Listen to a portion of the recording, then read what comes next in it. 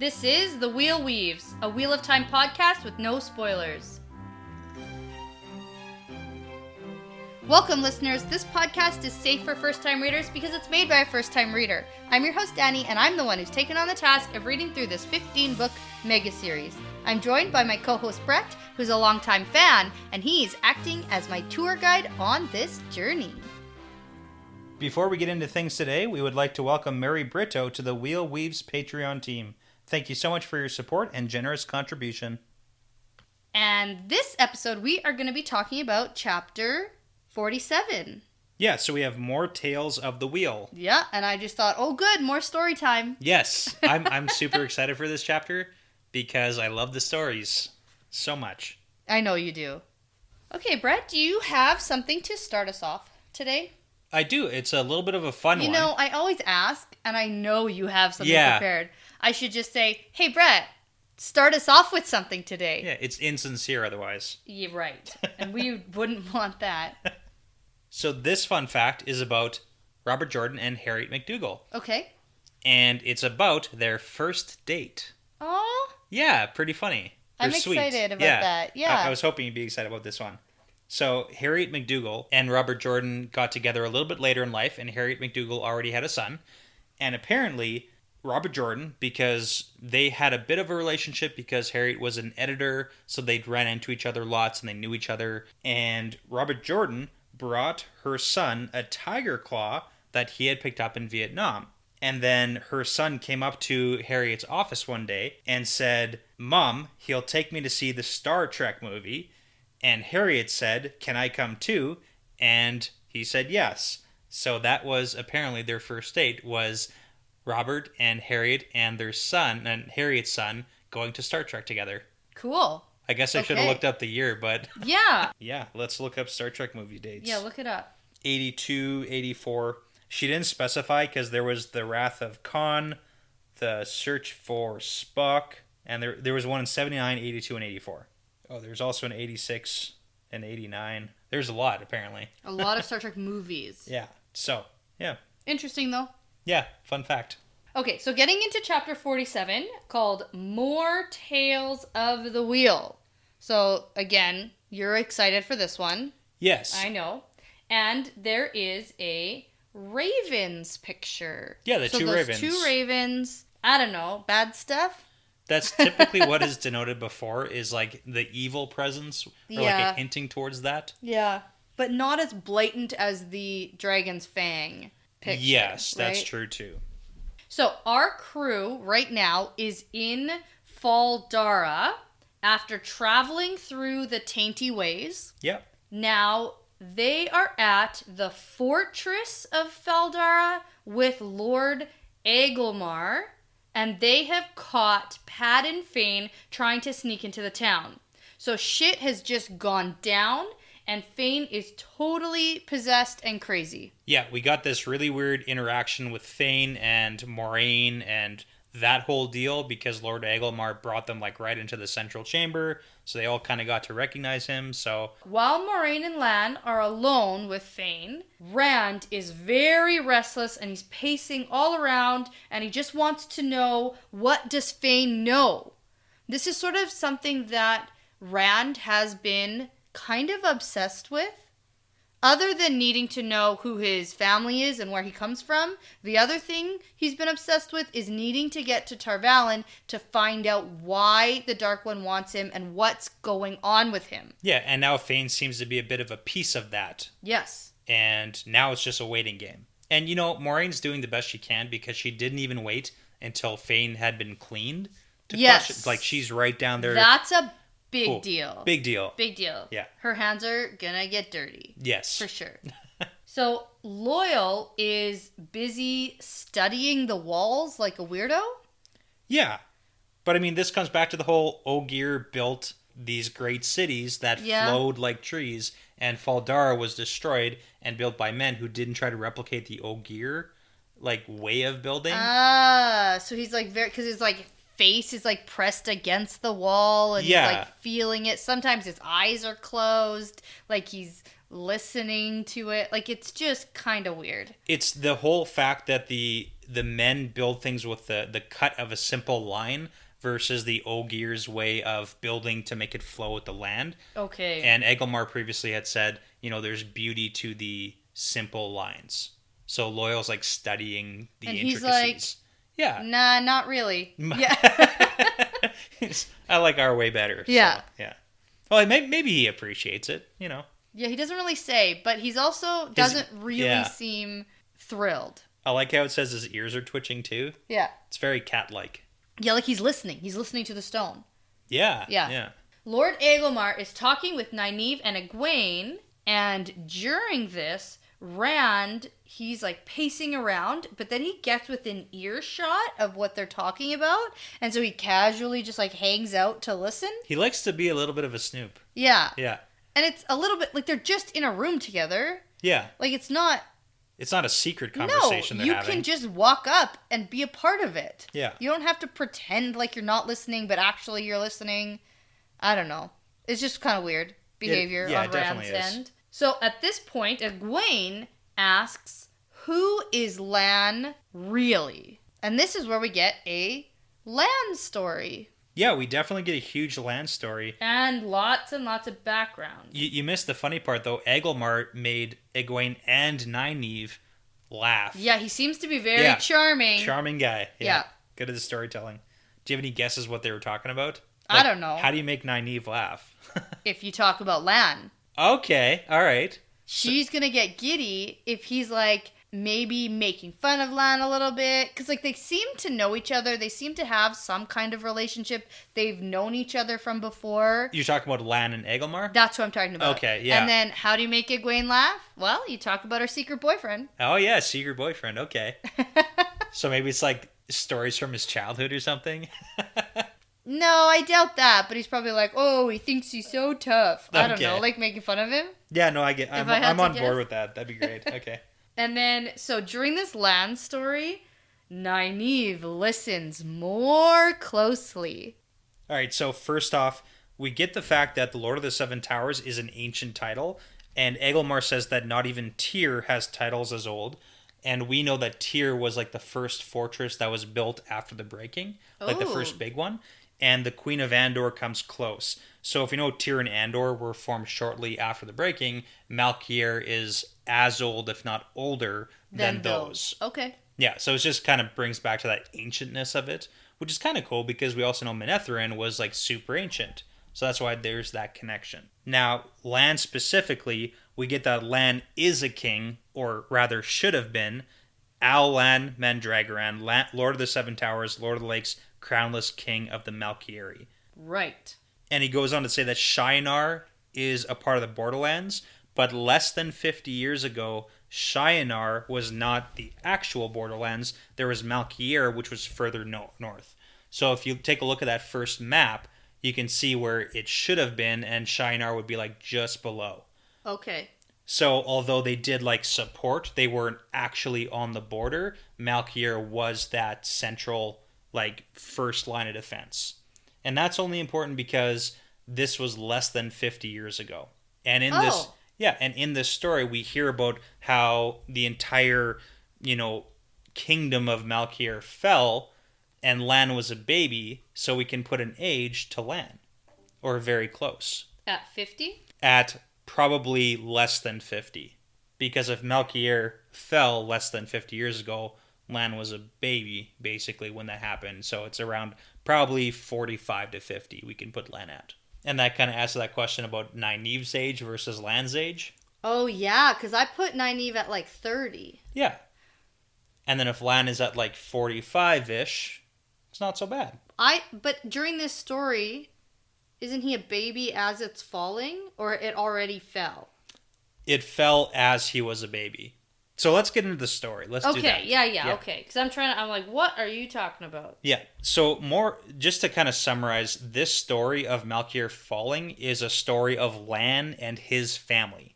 Because it's all about the royal family. Yes. So we have Lan's father, Al-Akir Mandragoran, who was the last crowned king of Malkier. And then as the story goes, we have the king's brother, Lane, which would be the uncle of Lan, was was essentially dared to lead the lances through the Blight to the Blasted Lands, maybe even as far as the Shale Ghoul itself.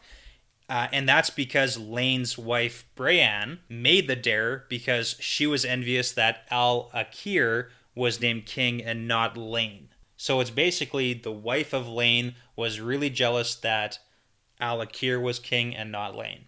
Okay, I'm trying so hard to follow.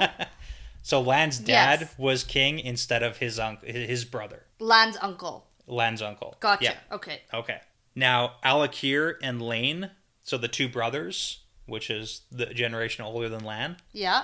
They were as close as twins, and that was even before the royal prefix of Al was added to Al-Akir's name. Okay, and this is an interesting point. This is very important. That it's the royal prefix. Yes. This is something that has come up many times before. We have people from the two rivers who have a prefix. Who have a prefix of Al. Yes. And we know that the old blood sings. Yes, we do. So are the people who have Al as a prefix to their name, Althor, Almira, Alvir, possibly have royal bloodline? Royal bloodline. Possibly. That's kind of like what the huge implication is. Whoa! Oh my goodness. And that's also funny because with Rand al'Thor being in the Borderlands now, right, it's that royal prefix, and Lan Mandragoran, that's where it all kind of ties together. Okay. Yeah. And Egwene Alvir. Yes. So, fun fact. And Nynaeve Almira. Yeah. So, but in the Borderlands here, clearly that Al is an important prefix. So, Brienne, the wife of Lane, is super jealous, and Al-Akir has his wife, Lyanna.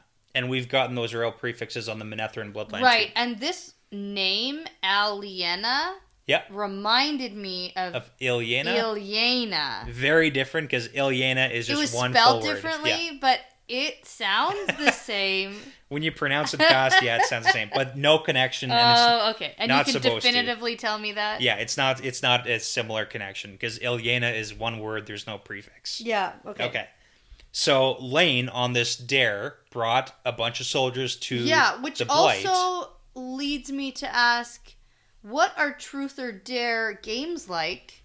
Yeah, dangerous ones. In the Borderlands. Yeah, exactly. Bad ones. Bad truth or dare games. Yeah. Don't pick dare. So Lane Lane goes and dies in the Blasted Lands, and then his wife Brienne blames Al-Akir because he didn't send more troops to support Lane, even though he shouldn't have gone there in the first place.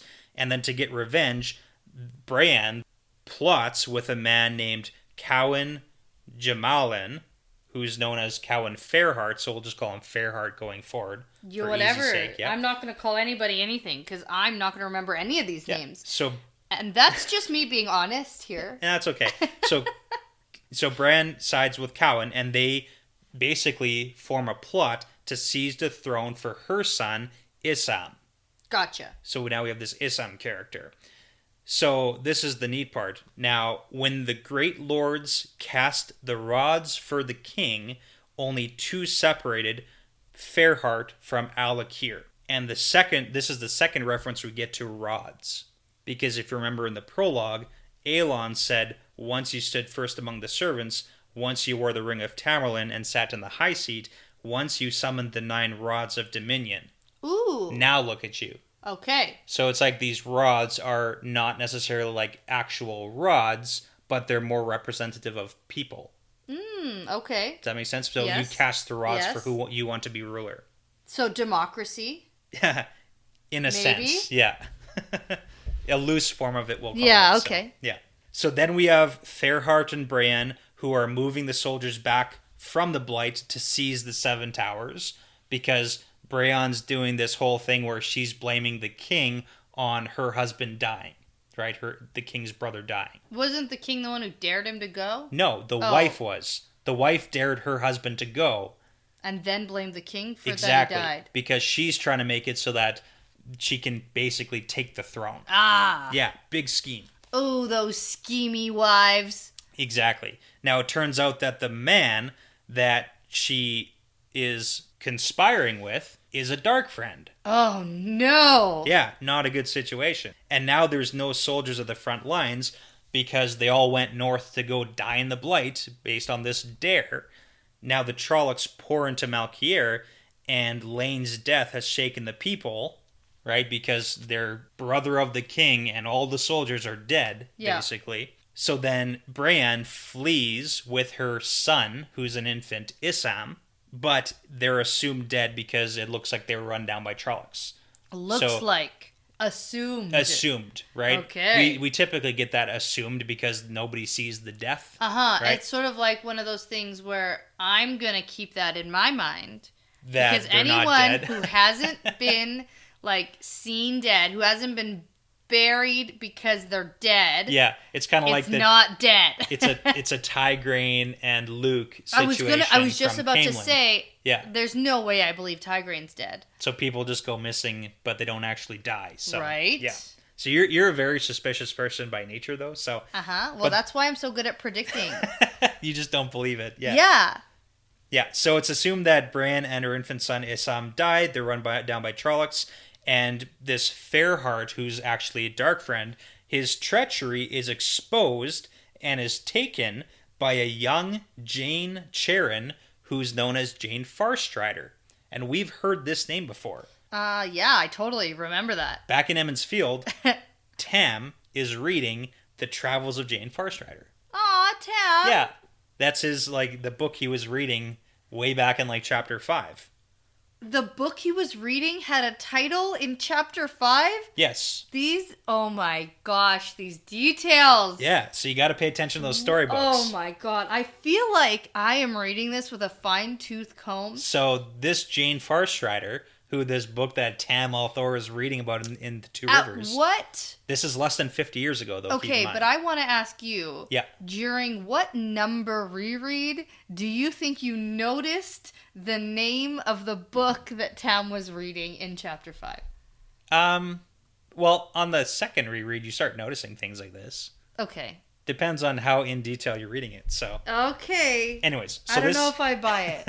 This Jane Farstrider brings him in chains to the Seven Towers because this Fairheart guy is totally a dark friend. And the Great Lords call for his head because he's a dark friend and you should die for that, obviously. You're going to have to draw me a flow chart. You've said that before, and I think that I should. Yeah, because, the words are coming out of your mouth and I know they're English. I'll draw a picture. Okay. Yeah. I like pictures. Okay. So Malkier, who's the king. Okay, yeah. And his brother went and died in the Blight because his treacherous wife, who sided with this Fairheart dude who's a dark friend. Malkier challenges Fairheart in single combat and chops his head off, basically, and wins. So the king wins and kills the dark friend. But it's too late. The doom of Malkier is already sealed because all the soldiers went north to the Blight with Lane and died there. Yeah. So even though they kind of caught the guy who is responsible and the wife is presumed dead, it's too late. So Malkier and Lyanna have the infant son Lan, who we know. That's Lan. That's Lan. That's Lan. Okay. So Lan is the son of the king and queen. And they place the sword of the Malkieri kings in his hands, but they're sending him with it. And if you remember Min's viewing, she saw baby with a sword. And we put a sword in our baby's hands and took a funny picture. Yeah. I remember. And immediately he tries to... It's on Instagram. Yeah. It's not good. All right. Wouldn't recommend it. Yeah, he hasn't gotten that toy back yet. He hasn't. He really liked it, though. He did like it. But this is the thing. That's the sword that he still has now. So Lan's sword is the sword of Malkieri kings. And if you remember, Lan's sword is very similar to Tam's sword. Yep. Yeah. There you go. Now, is it the special blade that you think doesn't dull? Yes. Okay. That's the blade that doesn't dull that Tam had. Yeah. So this was apparently a weapon made by Aes Sedai during the War of Power. So that's when the whole world broke apart. The Aes Sedai were making magical swords. And they name him Dai Shan. So that's a title. So when they entered Fal Dara originally, and they're saying Dai Shan, that's his title. Okay. It wasn't an alternate. It's a title, not an alternate name. What does it mean? King? Uncrowned it means king? He's a diademed battle lord of Malkieri. Right, and diadem is the crown. We've already talked about that. We did. Yeah. And the king and queen consecrate Lan as a baby as the next king of the Malkieri. And that's why he is a king, or rather should be, Yes. because he hasn't taken up the title. Yeah, but he's all pissed off and butthurt about He is. his whole land and city that he's supposed to be a king of just like being ruined. Yes, because this is where we get that ancient oath. And this is important because it's kind of the philosophy of the Borderlanders. And that is to stand against the shadow so long as iron is hard and stone abides, to defend the Malkier while one drop of blood remains, to avenge what cannot be defended.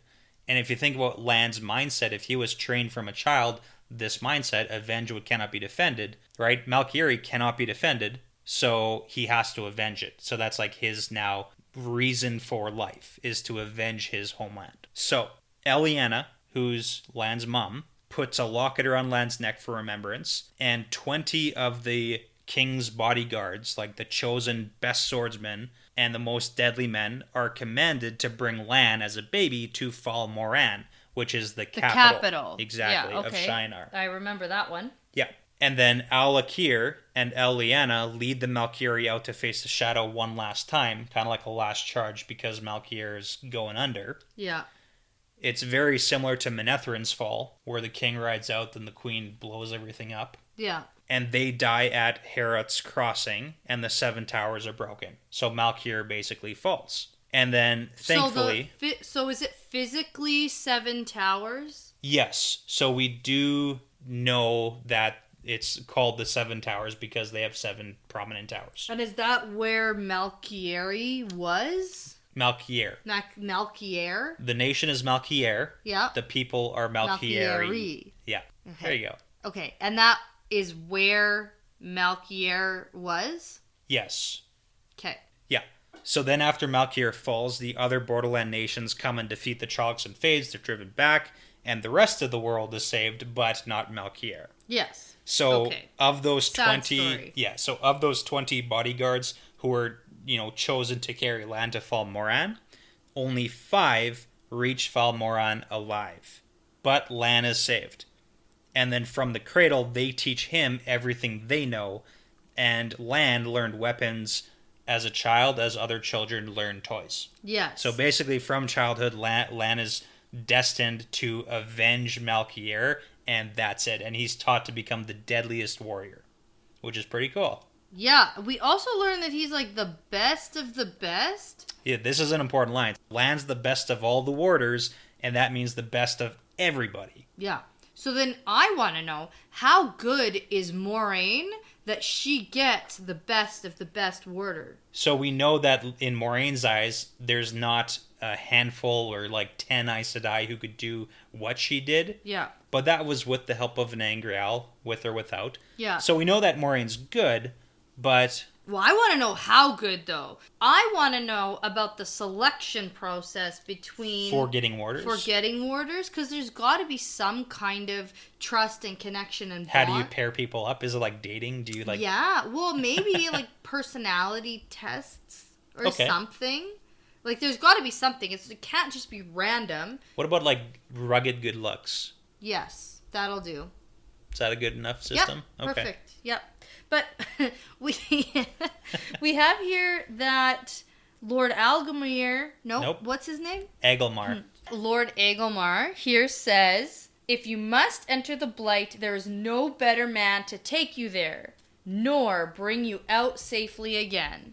And that's when he says he's the best of the warders, and I think, man, how good must Moraine be to get the best of the warders? Yeah, and we've seen like a taste of how good Lan is. Yeah. But I feel like it's just a taste. It's Same with Moraine. Yeah. Too, right? We haven't seen either of them at their most deadly, I don't think. Okay. So at this point, no one really says anything after this like epic story. Yeah. And Nynaeve's face like pales. She's like, oh shit. Well, this guy's really important. Like, I have a crush on someone who's seriously so important. Not even just so important. Like, the first introduction at Fal Dara we get is where people are chanting his name, and the Lord of Fal Dara is saying, if you come and fight with us, an army will follow you. Yes. That's huge. Yes, it's big. And it makes sense now, knowing the backstory. Yeah. It does. So... Moraine, at this point, appears in the doorway. And I'm like, yes, tell me about Fain. So Moraine confirms that Fain is crazy, but there is nothing simple about him. It's not that he's just, like, simply mad. Like, no way. There's lot here. A lot to unpack. So Moraine has actually ordered a wash bin of hot water and soap and immediately starts just, like, scrubbing her hands with disregard for how hot the water is because Fain was so gross that she, like, immediately needs to wash her hands. And do you think that the grossness or the vileness is a physical? Okay, no. Or no. Metaphorical? Well, yeah, I think he's gross. Yeah. I he definitely hasn't showered. No, so, yeah. 100%. They don't shower here. They bathe. Oh, that's true. They don't have bathe. showers. Yeah. From what I've heard, anyway. We have no reason to believe that they shower. No, none. Yeah. Yeah, there's actually, like, bath houses. Yeah. There's bathrooms in inns. Which, you know, this is the first time about me thinking about the boys all bathing in the same room together and everyone's cool with it. Yeah, well, nudity is not... That's going to be some good TV. Oh, I see where you're looking at. Yeah. Okay. Yeah. I guess they're just all used to bathing in a room. Like, why would they be used to bathing in a room together? Like, that's weird. Not necessarily. Like, at the Winespring Inn, there might be a bathhouse. Sure, but do you think that the people in the village get to go use the baths at the Winespring Inn? Or do you think they just have bathtubs in their house? Maybe. They might have bathtubs in their house. Like, well, we know that Tam and Rand had a bath. But they're way out in the, like, forest. Yeah, but way out of town. I think that that's, like, what paying customers of an inn get access to. Maybe. Like, we can't just go to a hotel and use the bathroom in the hotel. Not in one of the rooms. To shower and... Yeah. Like, we can't do that. Yeah, but We're not again... paying customers. This is a very different world. Fine. So they all bathe together and everyone's cool with it. Yeah. No one even flinches at this. And I never even thought about that before now. Yeah. Which is an interesting aspect. So, she washes her hands in scalding water. Anyways, she says that she is so filthy. But this is back to your question about if it's like physical dirt or if it's something more. And she says that it's not just from the dirt on him. She feels soiled from touching him on the inside. Like tainty. Yes. Kind of like the tainty ways, right? Like when she throws her stick down and goes, ugh, and wipes her hands because she's like, yuck, taint, basically. It's on me now. Yeah. Yeah. So she says that his soul is so degraded that she doubts he even still has one. He is even worse than a dark friend. He is like the worst of the worst. He's the darkest dark friend. Yeah, and I think that it's really important that Egwene brings up a philosophy here too. No man can stand in the shadow for so long that he cannot find the light again. Okay.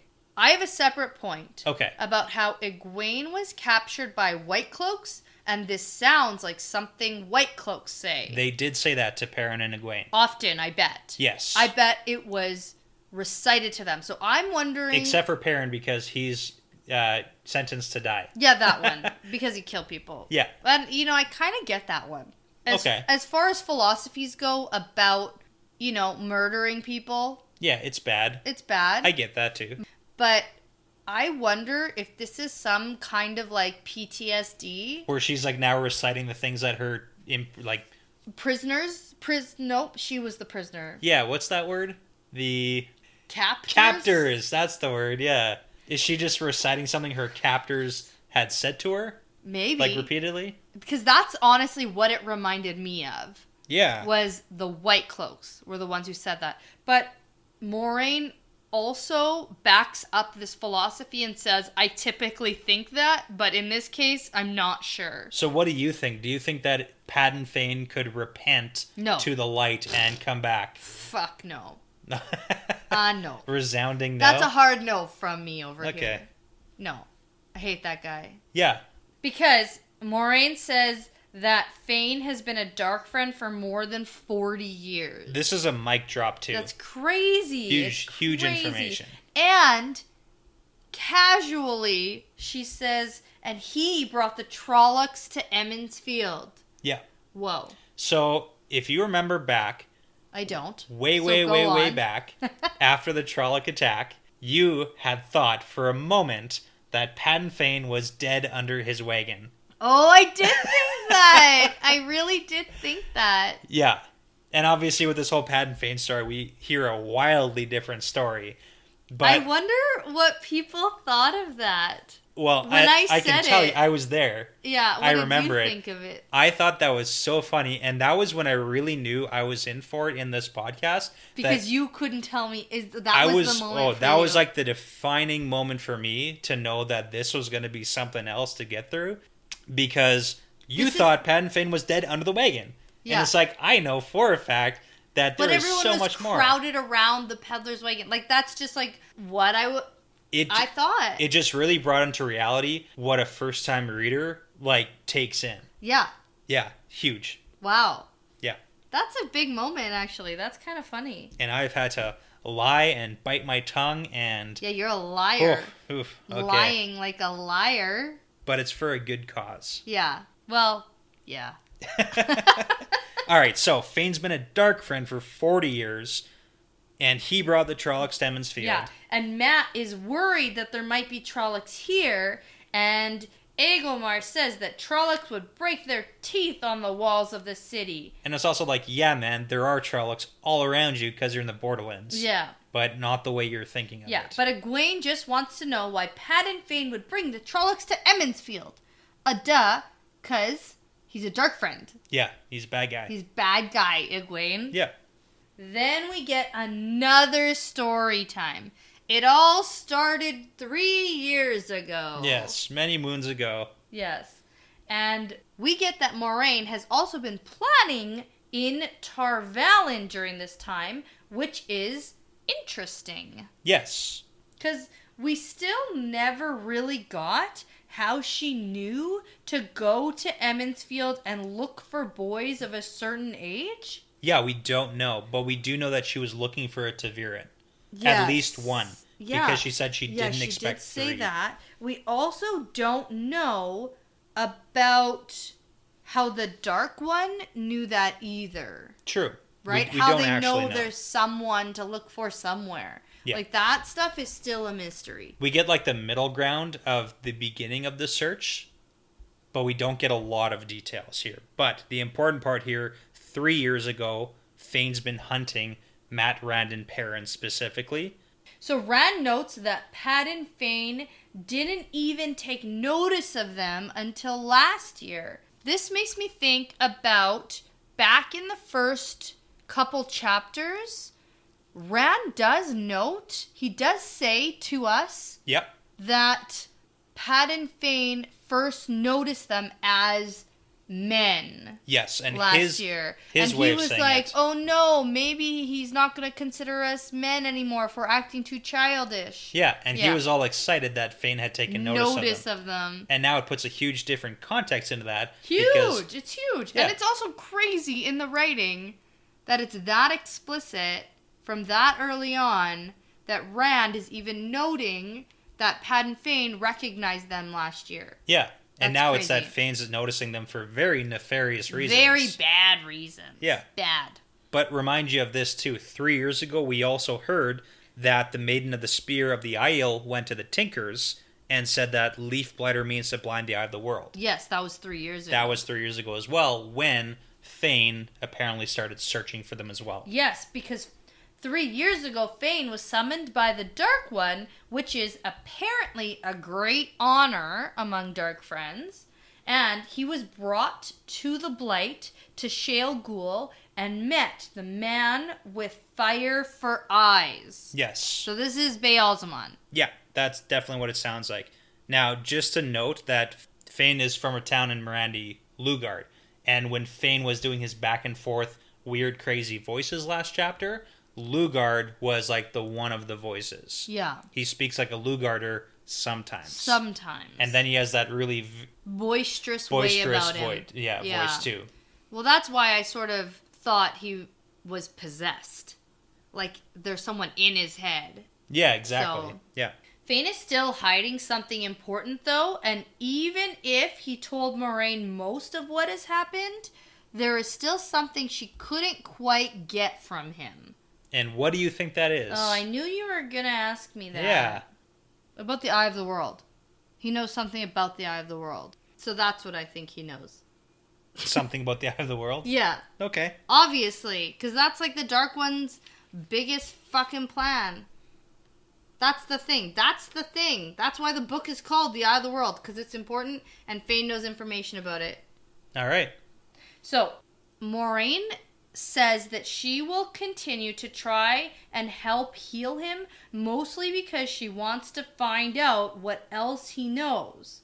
Because it almost killed him to tell her that much. And even with her healing, he is going to be like a shattered ruin of a person. Yeah, but again, Moraine has no time. Right. No time. So is she just going to like stay up all night? Yeah, exactly. Probably. Actually. Yeah. Do what you gotta do, I guess. Well, it's really important. Yeah. For her, anyway. Fain was actually chosen because of where he pedals. And the Dark One hadn't narrowed it down to the two rivers yet. And Moraine says something about them knowing as much in Tar Valon. So it sounds like this was a really big effing mission. Yeah. In Tar Valon. Yeah, it does. Like a race against the Dark One. It does. It sounds like that, at least from this perspective. Yeah. So, but that kind of leads the question, was Fain the only person searching, right? Is he the only peddler? I mean, choosing the peddler because he can get to different places very easily makes sense. And it's not out of the norm. So were there multiple peddlers as you... Probably. Searching, and were there multiple Aes Sedai searching? And probably. Moraine and Fain just happened to be the ones who found the right village, the right kids. So, no. No, okay, to Fain, what? I think, was a peddler who happened to find these guys. Sure. I think so. And that was to his detriment because we learned that this was terrible for Padan Fain. Didn't go great for him. No, it went awful. But I think that in Tar Valon, they had it narrowed down.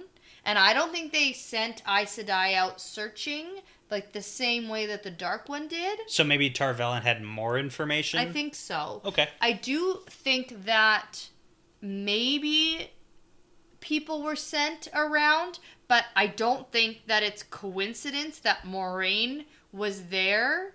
Okay.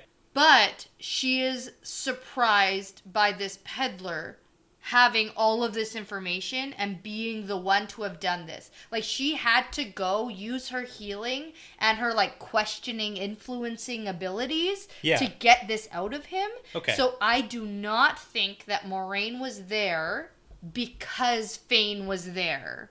Okay. If that was your question. It wasn't that, that Moraine was there because Fain was there. My question was multiple peddlers looking, multiple Aes Sedai looking, and it happened to be Moraine and Fain who ended at the same location. Okay, maybe, but I have to think not. I have to think Moraine and Lan, the best of the best we've just learned, have gone out on this mission to a certain place looking for the specific Taviran.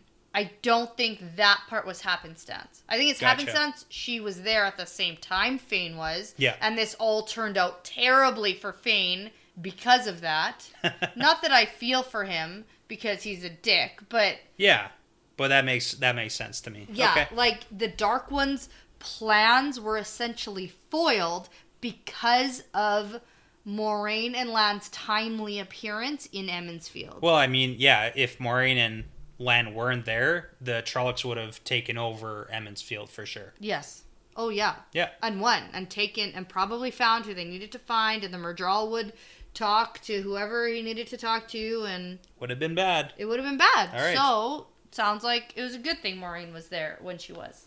So Fane was actually made to be a hound, searching villages all over, and we get this in the book. This is what you just alluded to. The peddler searching everywhere. He's probably chosen because of his, profession as a peddler and because he's a dark friend, so he can now help in a very specific way. And Perrin actually says here that he remembers that spring 3 years ago, because the peddler came later than usual and then stayed hanging around for a week, even shelling out money to stay at the inn. And then we have an awesome line. He likes his money or something like that? No, that nobody would marry a peddler. Oh, right. They thought he had fallen for like a village woman. Oh, yeah, right. Okay. But who would marry a peddler, a traveling man, right? Yeah, and then makes eyes with Egwene and then... As well marry a tinker. Yeah, exactly. It's that whole Aram thing. So. Yeah, that's funny. Is that alluding to Egwene is going to go find Aram and meet her and marry him? Yeah, I think that's more alluding to the fact that Perrin's very sassy. Ah, yeah, okay. Never underestimate his sass. So Fane was taken to Shale Ghul after that time, and what he had found out was extracted from him, which doesn't sound very pleasant. Yeah, the way she describes it is distilled. Uh-huh. Not good. No. Yep. That actually sounds terrible. So, the next year, Fane found exactly what he was looking for with certainty in one of the 3 from Emond's Field. Yeah, and that comes down to the birthdays as well, because we know that Ranper and Matt are born within weeks of each other. Yeah. Which is interesting that there were 3. And this just calls back to the Fade in Emond's Field on that empty road, and we learned about all of that right before Winter's Night. Yeah. That the Fade revealed himself to more than 3 boys of a certain age, which sort of leads you to believe that they don't know exactly who they're looking for. But it has been these 3 all along. Yes. Turns out. So it's more like Fane knew. Unless Yep. Ban is actually a Taviran back in Emond's Field and no one caught on. Probably not. Oh. Doesn't sound that way, no. Shoot. What family was Ban from?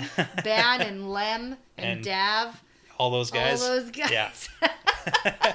No, you don't think that they're actually... No, the birthdays were too far apart. Okay. Maureen, who is the best person to form a party to bring them all together... Yeah. Didn't include them, so... Okay, fine.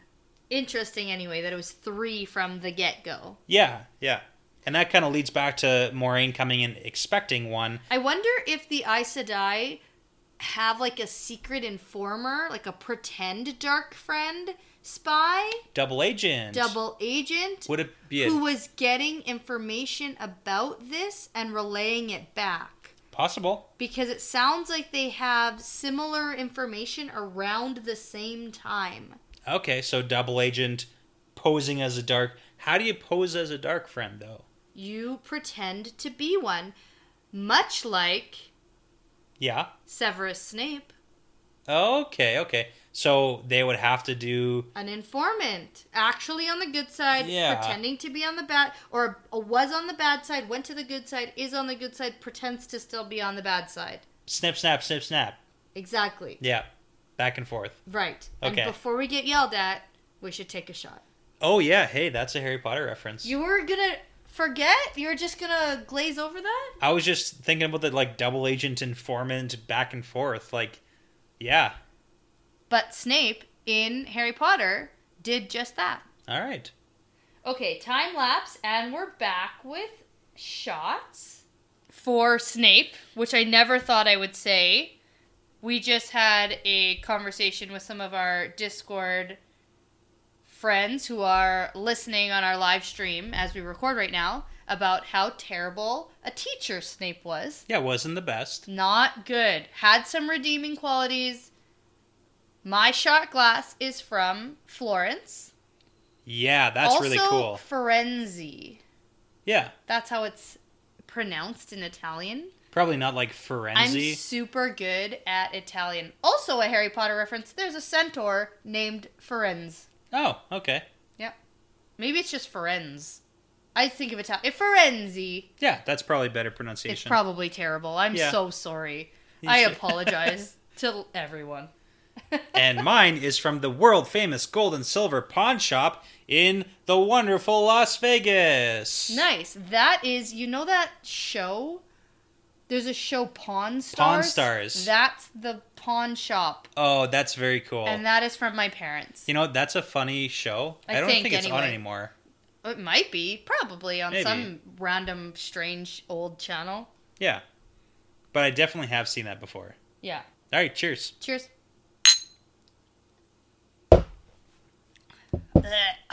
I'm worried. I think we are almost through our shot glass collection. Yeah, we might have to... Well, we figured we're going to have to double up. Oh, for sure. Especially if we're taking shots. I didn't anticipate taking shots every time we record. Yeah, that just kind of happened. Yeah, it did. Okay, so on with our story. Mm-hmm. Baalzamon started entering Fain's dreams and having him do crazy shit.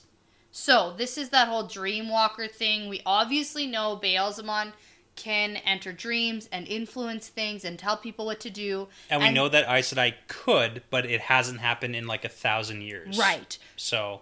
I also think that if Baalzamon is entering the mind of someone who's relatively weak, like a weak-minded individual, he's going to have an easier time of influencing what they do and how they do it. Yeah, and that kind of makes sense. Where, like, if you're, psychologically weak. Right. Yeah. Whereas it seems that Matt, Rand, Perrin are like, what the fuck? No thank you, man. I deny you. But consider this, the Two Rivers stubbornness. Ah! Yeah.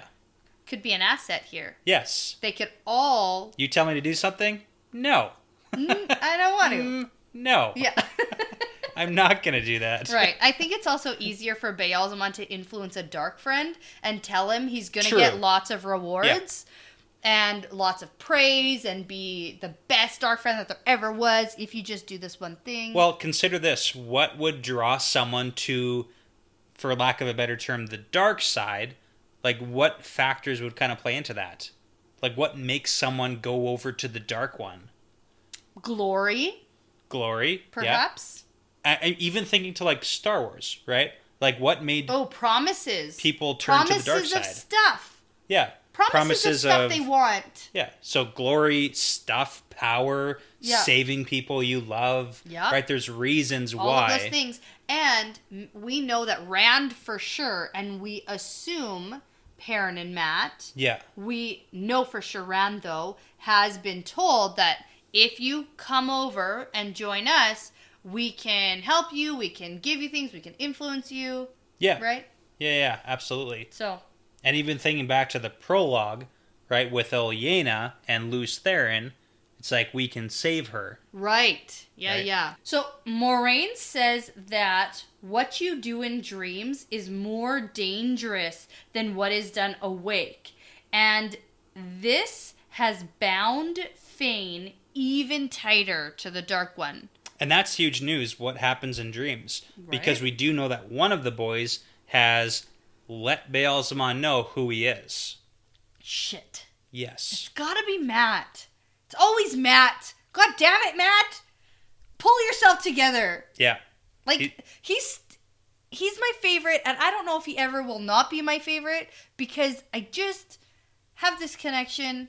I need him to do better, though. Yeah, he's got to pick up his socks a little bit here. Matt. God.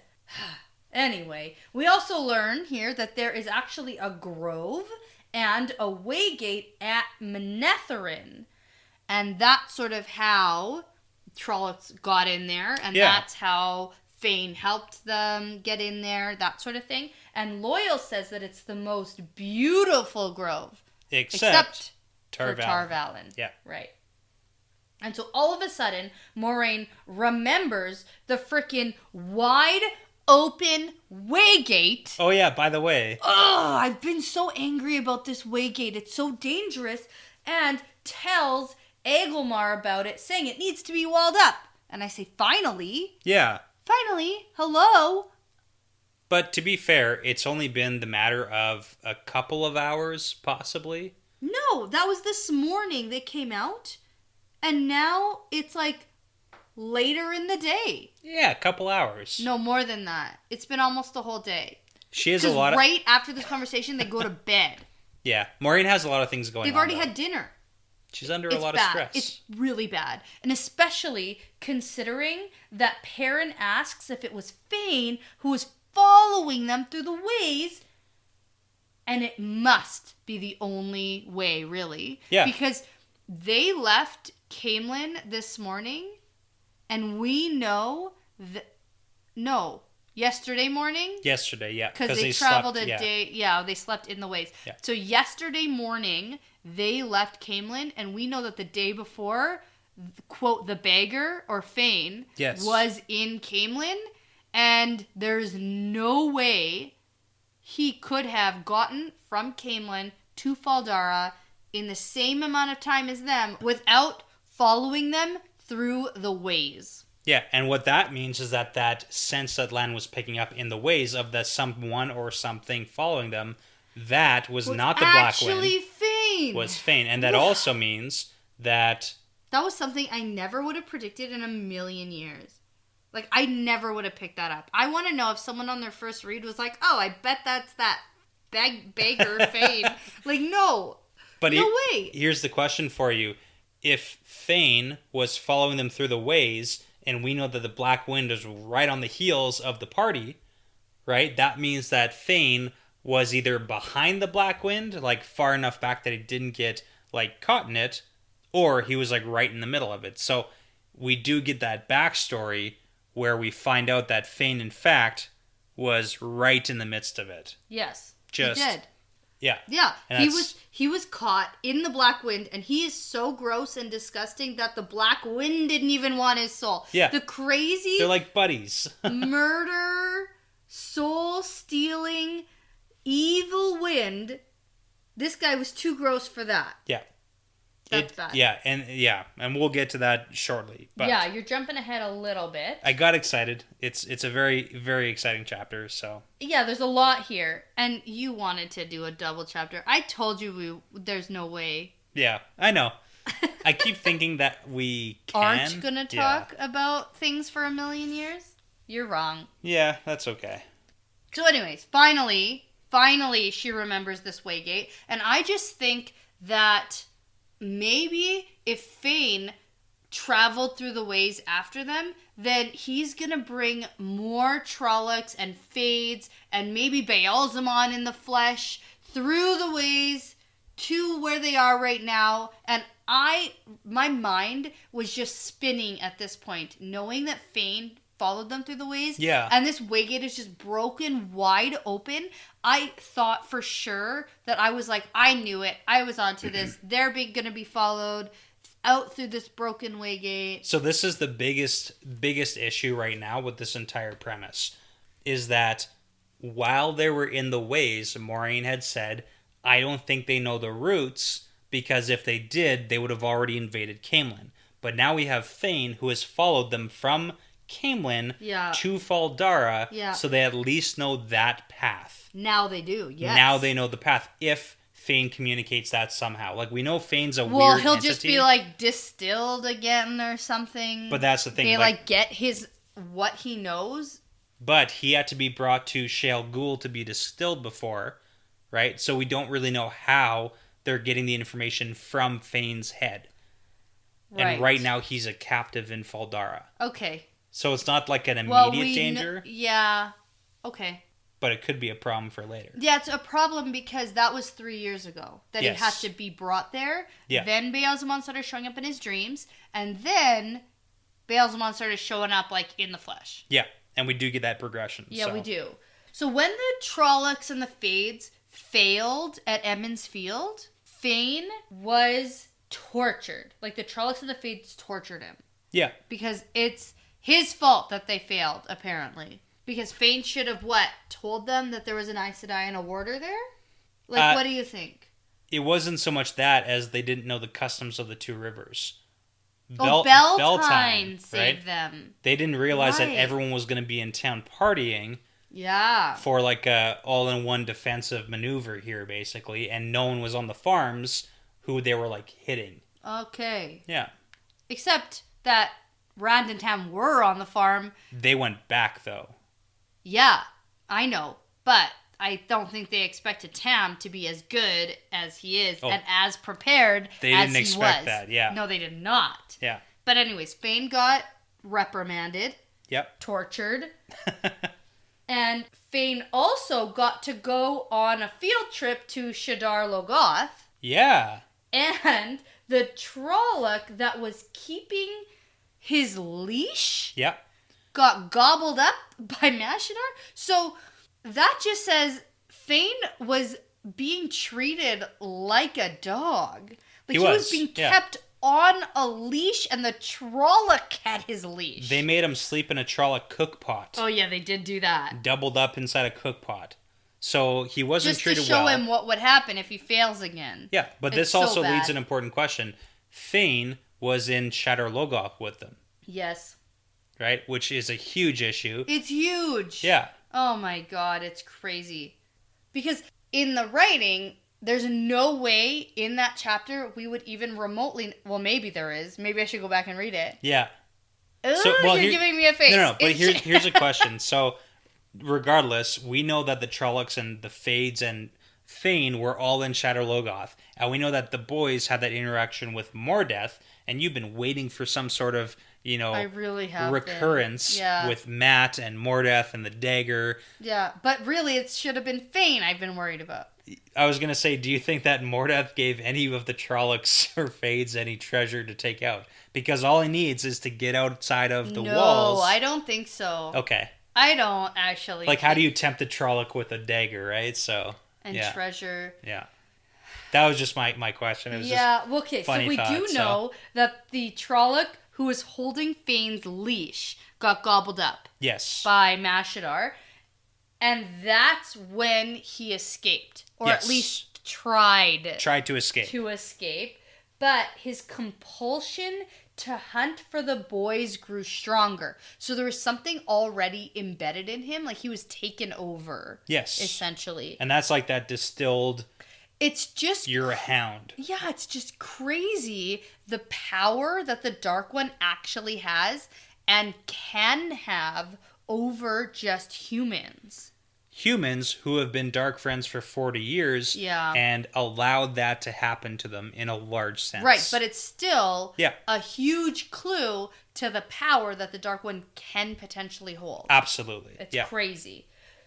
So, he could not eat or sleep, and he just had to hunt to the point where he would run and run and run until he collapsed of exhaustion, and then hours later or days later, whenever he grew strong enough, he would start hunting again, eating bugs and lizards and anything. Whatever was in his path. Anything for just like quick energy in his path on the hunt. Yeah. And it was a compulsion because he was free of a leash on a Trolloc. Like a physical leash, but there's that internal. But he was by himself and he still had to keep going. He had to keep doing this, which was just nuts because by Caemlyn, he could even start feeling his, quote, prey from like a mile away, which makes sense why he was so compelled to see Rand. When Rand was standing there across the street, and he was like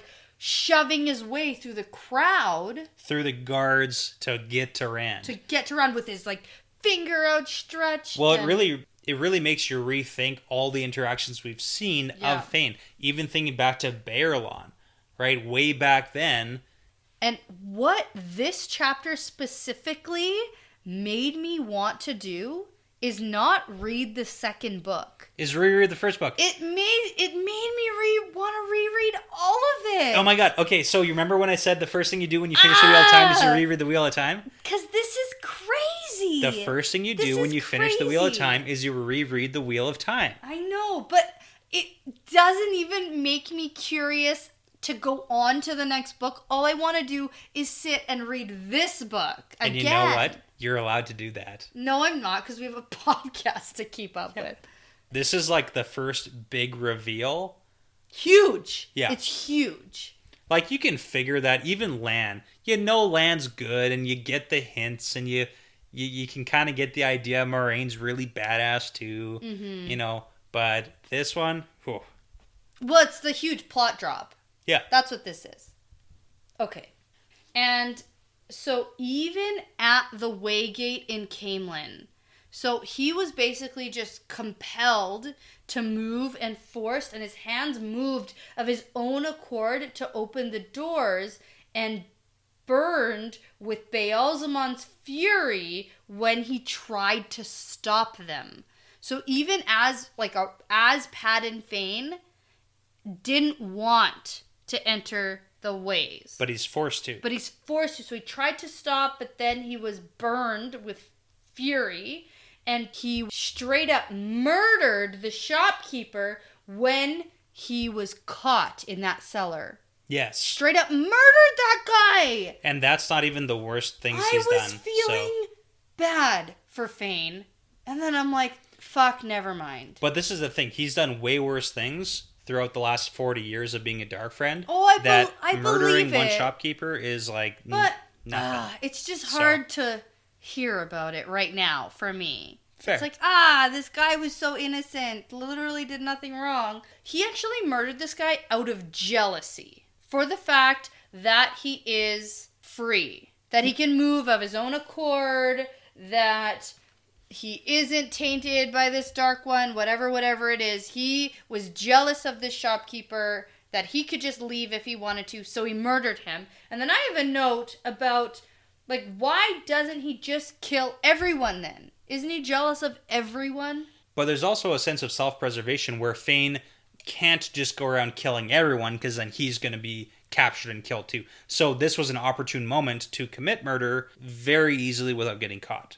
Okay. So, he doesn't just act completely impulsively. There is still some motive behind his actions. Right. I guess so. I guess that makes sense, but I still don't like it. So this is actually where we learned that the Black Wind did catch him in the ways, but he is so gross that even the soul-stealing, skin-eating, crazy, evil, magic murder monster didn't want him. Yeah, and this is crazy how some of the voices fear him and some greet him like a friend. Yeah. So, kind of puts you on the level of what is Fain. Not even human, basically. Less than yeah. Less than human for sure. Yeah, more than vile. More than vile, worse than a Dark Friend. Fain wouldn't talk when Moraine mentioned the Eye of the World, and it seems like the Dark One has pressed himself upon Fain. Yeah, so the Dark One's entire plan has something to do with the Eye of the World and killing time and all that. We don't really know what it is, but we know that's something. And the act of distilling Fain in this really weird way that's clearly left some sort of impression on Fain, maybe that plan has somewhat rubbed off on him. But he's still compelled to not talk about it, so when Moraine is questioning him about the Eye of the World, his jaw clamps shut, he can't speak, as if he's forced not to say anything. Okay. And, I do have to say, I wrote it in my notes, so I am going to say it. Sure. No matter how much I don't want to take a shot right now. All right. What did you put down? Maybe like a Horcrux. Okay, go further with that. Yeah, I know I'm going to have to, because you don't actually know very much. Yeah. So, the fact that the Dark One seems to have pressed himself upon Fain and almost You gotta say impressed. What did I say? Pressed upon? Because I can just envision the Dark One pressing himself on Fain. Okay, that's weird. In an unwanted pressing fashion. Okay, so I don't know. I just think maybe... So a Horcrux is a piece of the Dark Lord's soul... Okay. ...ripped apart from him and imposed in an object. Okay, to keep that part of the soul safe. So that's what a Horcrux is. And so I'm just thinking that maybe the Dark One, a piece of the Dark One is almost within Fain. Okay, almost Horcrux-like. And I write, I don't know, maybe it just, when I was reading it, reminded me sort of like a Horcrux. Because But also Harry's a Horcrux and he's a living person. Harry is a Horcrux, but by accident. Sure. But, same thing. Can see the images and the visions of what Voldemort's doing because he has a piece of the soul embedded within him. Okay, so maybe Fane is like a Horcrux of the Dark One, where the Dark One put a piece of his soul into Fane. Sort of similar, It could why not? It could be one of two things. It could be unintentional, where it just kind of happened, or it could be intentional. To like I think it's intentional because he does seem to be possessed, like they're using Fane for a purpose, and whether or not it's a piece of the Dark One's soul, soul or whatever, it's just has similar vibes for me, and that's what it reminded me of. Okay, no, I can get on board with that. It would kind of make sense why there does seem to be like a driving force behind Fane. Maybe he's got like extra hunting powers to catch these boys. Right. So. Okay, I'm gonna go pour us a shot. Yeah. For Horcruxes. It's not a bad theory. Okay, back with these shots for the Horcruxes, and also I would kind of like this to be for my birthday tomorrow. Yeah, okay. All right. Happy birthday. No. Okay. No singing. Not allowed. No singing allowed. Cheers. But yeah, it's a big one. 30. I'm excited for when you turn 30 next month. Yes. But I won't sing for you. Not on the podcast, at least. Yeah, Moraine is basically wrapping up this story, which went on for a long time, but it was remarkable. Yeah. Learning how in-depth this writing actually is in this book. But Lord Algamar... Nope. Lord Agomar says that he can make the man talk. And he really doesn't get it. He's like, I have ways of making men talk if he won't tell you something. And it's like, no, dude, I don't think you quite understand the situation. Your typical like torture procedure isn't going to work on this guy. No. Yeah. I'm going to go with no for that one. But thanks. Yeah.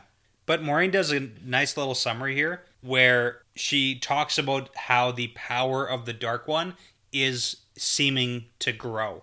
Because 3 years ago, Fane had to be physically brought to Shale Ghul, and 1 year ago, the Dark One could command Fane through his dreams. And it is interesting that she says the Dark One could command Fane through his dreams when we've gotten this really weird distinction. I don't get it.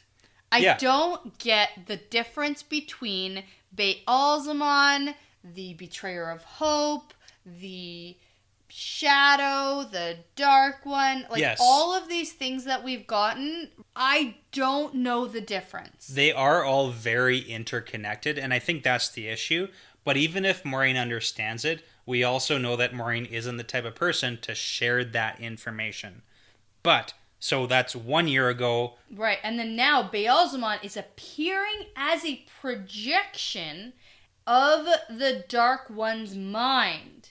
Yeah. And enters dreams of those who walk in the light. And which that's apparently is a big effing deal. Well, previously the BFD. You'd have to give yourself to the Dark One for him to even have influence. And now he can affect people who walk in the light. Right. And that's huge where we talk about the Dark One laying his hand on the pattern. Right, and this all means that the seal on Shale Ghul is weakening. And this is really important because this is our first reference to the seals on the Dark One's prison. We've heard about the Dark One's prison is weakening, and it's like the prison's growing weaker, but we haven't really heard anything about seals on the Dark One's prison that are weakening. Okay. As if they're like a physical entity. Ah. So, okay. It's different terminology that she uses here. Right, but again, Aglomar pipes up with his stuff about leaving these unseasoned boys here. There's no way you can win with these idiot children. And Moraine just assures him that it must be these boys. And then he comes to another conclusion. This is kind of a bombshell. Yeah, because the only type who can fight the Eye of the World are the channeling type. And he sort of stumbles over his words. that, oh, well, you're not of the red Aja. He's sort of weird about it all of a sudden. Well, he's getting the inclination now that are these boys channelers? And are you... And you're using them to help you before they go crazy? Like, I don't know. Crazy, yeah. And it's like, you're not Red Aja, but even you wouldn't, like... Do that, would you? What? Yeah. Which is, like, a huge implication of what does that actually mean, so... And I think Moraine knows that Rand is starting to channel. Yeah, she deflects pretty hard here. Yeah, this whole time, I'm pretty sure that Moraine knows exactly what's up.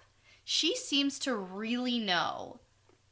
Considering that she knows that the Eye of the World is a physical place and the Green Man protects it. She knows everything. And all that stuff. But she never tells it until she needs to. Yes. The question is, what does Moraine actually know? Exactly. Yeah. And so I do think that she knows that Rand has had channeling incidents. Not on purpose. He hasn't done any... He's done everything that's happened has been his accidental sort of magic stuff, and then he reacts. This is the thing. She hasn't been around for any of them yet. No, but I do think she's aware that it exists within him. I think she can feel it like she can feel it in Egwene and Nynaeve. Okay. I think that she's known from the beginning. Even though he's a male... Yes. Channeler, presumably. So. I think that her mission right now is driving her. I think her plan was always to bring him to Tarvalin and eventually deal with that piece. Okay. But she does know he's Ta'veren. She probably knows that he's, I'm going to throw it out there again, that my prediction is he is the Dragon Reborn. Okay. I think she knows that about him, and I think she can sense whatever it is. I think she's always known that he can channel. And that would make sense why she was so surprised that there were two other Ta'veren with him. Yes. Who we do not think can channel at all. Who I think. Yeah. Yeah. At this point, I haven't seen enough. There's no evidence that Perrin or Matt have had any channeling experiences. No, none actually. So. There's been none. Yeah. So far anyway. Yeah. So I do think that she does know that. Okay. And so I think that's why she kind of avoids this question, and I think that's... Not even kind of. She's completely. She's my favorite deflector of topics. Yeah, and you're such a deflector in your life. In my general life, I deflect. You really do. Yep. Yeah. I don't like... It's bad, actually. I don't care for it. No, it's great. Yeah. But anyways, so he stumbles over his words, and she just tries to reassure him that they are Ta'veren and have Manetheren blood. And he's like, oh, that's old blood. I wouldn't doubt that. And then it's dropped. Except for the biggest part of that entire sentence. She doesn't say they all have the old blood of Manetheren. She says almost all of them have the old blood. She does? This is, oh my goodness. I've missed it. Read it. All right. The old blood, Moraine said, split out like a river breaking into 1,000 times 1,000 streams, but sometimes streams join together to make a river again. The old blood of Manetheren is strong and pure in almost all these young men. Ah. And then Rand notes, glanced sideways at the Aes Sedai, and in his head thinks, almost all. Oh, Rand picking shit up. Yeah. My boy. He's picking things up. And Moraine being That's very new tricky. For Rand. Yeah, very tricky with the words, saying almost all these boys have the old blood of Manetheren. Algamar. Nope. Agelmar. There you go. Can't argue with that. Yeah, and he doesn't. Like, he doesn't oh, pick shit, up. Yeah, I know about Manetheren. Cool. Yeah. The end. Well, if you think about two nations that were essentially fighting the Dark One forever, he gets it. That's something he can latch onto. Yeah. But he doesn't pick up on the whole almost all. Yeah, because this finally shuts him up. And then she says that they need a good night's sleep before they can be off. And that's how we end this chapter. Yeah. So very, very interesting. And again, just one of those other big side notes when we talk about Moraine bringing this party into the Blight to search for the Eye of the World. We know Agelmar is fighting so hard to let them stay, to try to save his nation. Yeah. And he tries to replace the three boys multiple times with actual fighting men. people who can do something in his eyes useful. Yeah. He doesn't really get that they need to go there unnoticed, unseen, without fighting. It's not something that he can even comprehend. And the amount of times that he even tried to convince her otherwise just shows his experience in the Borderlands. Yeah, yeah. But thinking back to the intention of the Eye of the World, right? We know that to find the eye, they need to have a desperate need to find it. Right? That's kind of been the premise Maureen's going off of. And she can't have anyone who's seeking glory or, is going for the wrong intentions. But also, you wouldn't want to bring an accidental dark friend with you to the Eye of the World. No. Yeah. That would be bad. And right now, Moraine is only trusting of her one collective group. That's right. Because she knows she has control. She's a control freak. She is, very much so. If I've ever met a control freak. Oh, hands in all the cookie jars. Yeah. She needs all of the control. So. I feel for Moraine here. Yeah. I like control also. I like to know what's up and what's going down at all times. That's what I like. So I get it. I like it. And I think that will probably do it for this episode. I think so. Yeah, absolutely. We talked for a long time about this chapter. There's a ton of Lan and a ton of Fain. Story time. It's story time. Story time with Brett. It's my favorite because it gives us all the background of what you needed to know at the beginning of this book. But if they give it to you at the beginning, it wouldn't make any sense. Well, and also, it would spoil everything. Also that. So. I can't wait for you to reread The Wheel of Time. Me too, actually. Oh, that's so funny. Okay, well, I think that's good, and this is officially part of the pattern now. It's part of the pattern.